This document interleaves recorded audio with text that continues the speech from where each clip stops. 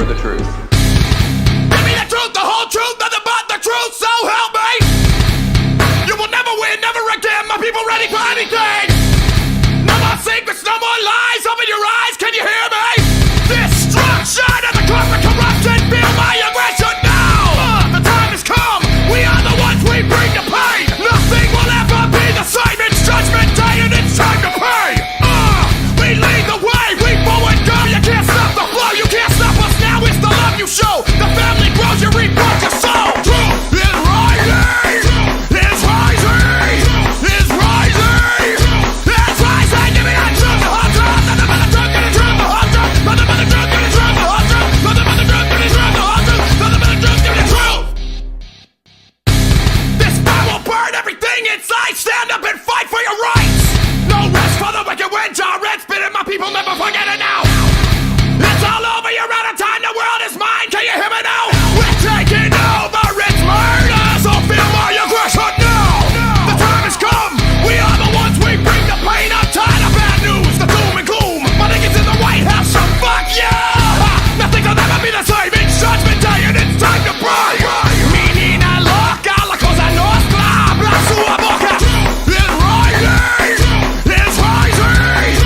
Is rising! Is rising! Give me that truth, the whole truth! Nothing but the truth, get the truth, the whole truth! Nothing but the truth, get the truth, the whole truth! Nothing but the truth, get the truth, the whole truth! Nothing but the truth, get the truth! The secret government will continue in a few moments.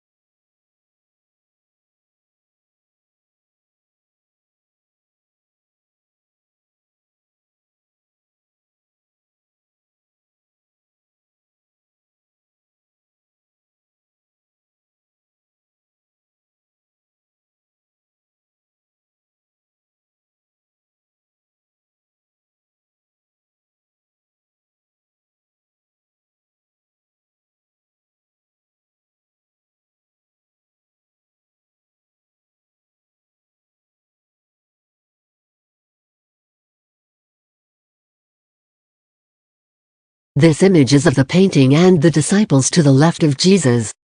Notice that the tablecloth has a pattern on it and all the food is visible. The bread looks very fresh.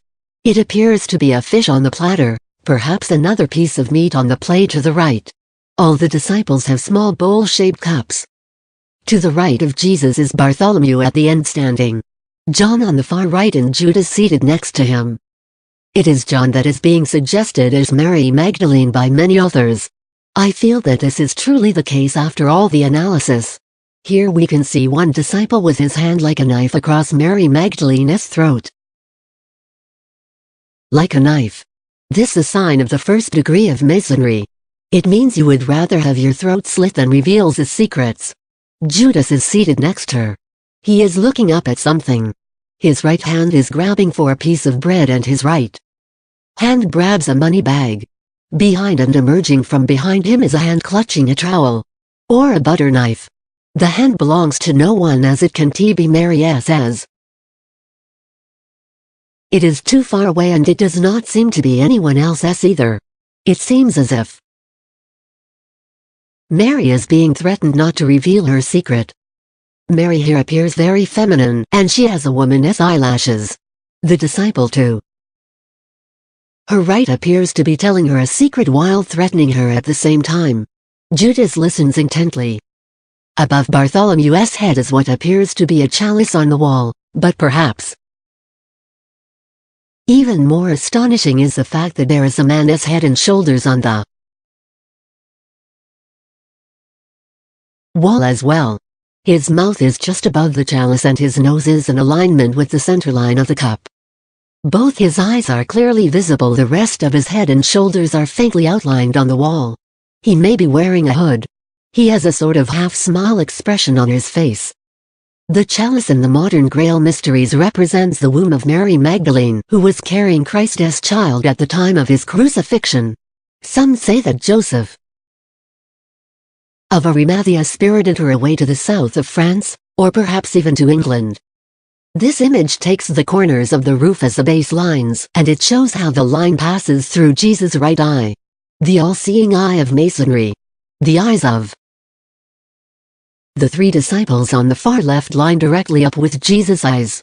Mary, the disciple who threatens her, and Judas are all under the line. It would seem that the disciple second to the left of Jesus is Thomas, as he has a doubting look on his face and he looks similar to Jesus, being called Didymus, or the twin. His face is in a small triangle all by itself. The angle at which Mary sits is used to make the cross below the table which frames Thomas's face. These are crosses of St. Andrew, the patron saint of Scotland, where were the origins of Masonry. This image shows the sightlines of various features in the painting. The lines are drawn according to where the fingers point. The disciple to Jesus' right has his finger pointing straight up, the sign for the first degree of Egyptian Masonry. The disciples to the right of Jesus all point to Jesus' right eye, as does the finger slicing across Mary's throat. The disciple to the right of the one threatening Mary points right to Jesus' heart, and the two lines form the cross of St. Andrew on Mary's throat. If we take a point at the plumb line from the disciple pointing upwards across Thomas' fingertip to the left, it points straight to Jesus' mouth. The word Judas is not listening to Jesus as he seems engrossed in his own concerns. Does his duplicity lie in his knowledge of Jesus and Mary? The line pointing to Jesus' heart goes right through Judas' eyes. Now we rework the circles and the lines and triangle, and we have what appears to be a rendition of the Giza plain with its three pyramids. Jesus forms the great pyramid. The triangle around Mary would be Khufu's, and there is a third small pyramid with the knife at its center. The makings of very good mystery story. In fact, however, the square of the is slightly offset to Jesus' right, and the line goes down his right cheek. He looks down and to the left, the traditional positions of Jesus' head when he died on the cross. If we now superimpose the plumb lines at center on Jesus' right eye, we get the full Masonic symbol with the G in the center starting from Jesus' right eye, and the square at the bottom starts at the left at the top right corner of the chalice, and then down to the bottom of the painting where it intersects with the plumb line from Jesus' eye, and then proceeding at 90 degrees to the top right of the picture. If we examine Khufu's pyramid, it has a problem. The angle is too shallow. It is at 45 degrees, rather than the normal 52 degrees. This makes the top, however, to be a 90-degree angle. This may symbolize that Mary Magdalene is the foundation of the Masonic order. In Masonry, everything is centered upon God rather than Jesus. Da Vinci seems to be turning this all upside down, represented by the checkerboard pattern being on the roof rather than the floor. The painting may his way of showing displeasure at the Masons for keeping it all secret, and it is his way of him revealing their secrets without getting murdered. Da Vinci died in 1519, over 200 years before the official start of the Scottish Rite in London. The Scottish Rite has always had royalty as its Grand Master. 1519 was also 100 years before Kepler published his Harmony of the World, which geometricizes nature. Kepler was the head of the music department at Tübingen University, where modern Rosicrucianism began with the publication of Christian Rosenkreuz and the Chimical Wedding. The motto of the Masons is, God geometrizes. In this image, the back wall sightlines have been removed, and we use Mary Magdalene's eyes as the sightline for the caps of the pyramids. We also take the tangents from the circle at 45 degrees from the bottom axis, and then we take the line from where Mary's pyramid intersects with Jesus' pyramid, and when we emphasize the pyramid lines with the new lines, we get the Giza Plateau with a Star of David over the Great Pyramid of Jesus. Da Vinci seems to be revealing a crime here hidden in the creation of the order itself, and he returns Jesus to his rightful place as the source of light rather than the worshipful master of the lodge. The pyramids state the claim by both the Rosicrucians and the Masons that it began in Egypt. Alexandria, Egypt is where Mark historically set up his secret school, giving his disciples a golden cross with a rose on the axis symbolizing Sub Rosa. Keep it secret. Keep it safe. The Star of David represents Jesus' role as King of Israel and King of the world. For Masonry, God is not an active participant in the world, but rather is the great clockmaker. He sets the universe in motion and then lets it play out. The architect, rather than the king of the world. Deism. In deism, God made all the laws at the beginning of the universe and has no further interaction. As a king, God rules with justice and can change it all as he pleases. Many are the plumb lines in the painting, as are the square and the compass. The trowel may be the butter knife held in a hand coming from nowhere. I can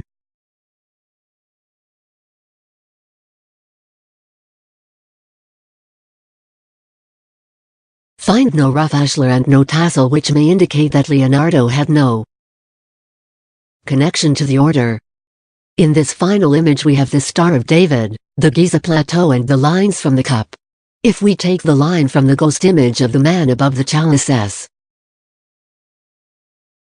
mouth right at the center line of the cup, to the point of the Magdalene Pyramid and onwards to the center line of the Star of David, it is right on Jesus' heart. The cup is dear to Jesus' heart and is then the bloodline of the King of Israel, his progeny. Does this all mean that Jesus had a child with Mary Magdalene? We cannot tell from this. Did Leonardo believe that he did? That too is uncertain. It seems rather that he sought to expose the secrets of the Masons in such a way that it would not get him killed, and that he thought the fact that the order was keeping these secrets was a crime. If the true bloodline of Jesus was intact, then Leonardo may have felt it should be remade, and that the illegitimate kings of Christendom would have to bow to their true and rightful king, who was of the royal bloodline of Jesus Christ. The Sangreal. It may too be that Chrétien in his original telling of the quest for the Holy Grail was presenting Masonic secrets in a different way over 300 years before in 1190. The Grail was considered a bowl or dish when first described by Chr. Chantedois.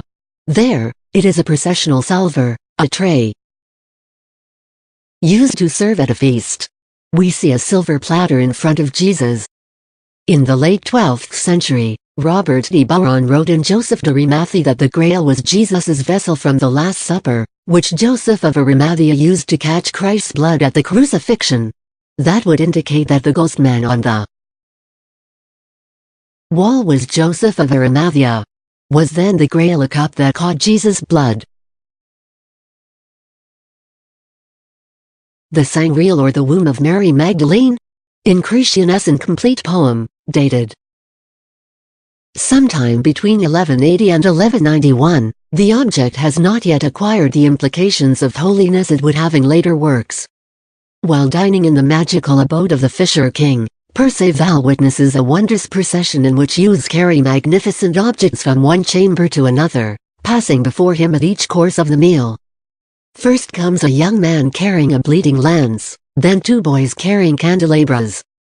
Finally, a beautiful young girl emerges bearing an elaborately decorated Grail, or Grail. Is the beautiful young girl the one seated at Jesus' right hand? Is it Mary Magdalene? Da Vinci leaves us with a very great mystery, and a far greater one than any scholar has presented before with this masterpiece, The Last Supper. Much more analysis of the painting is required to ferret out any other hidden details and their meanings, as I know there are still several secrets to be revealed.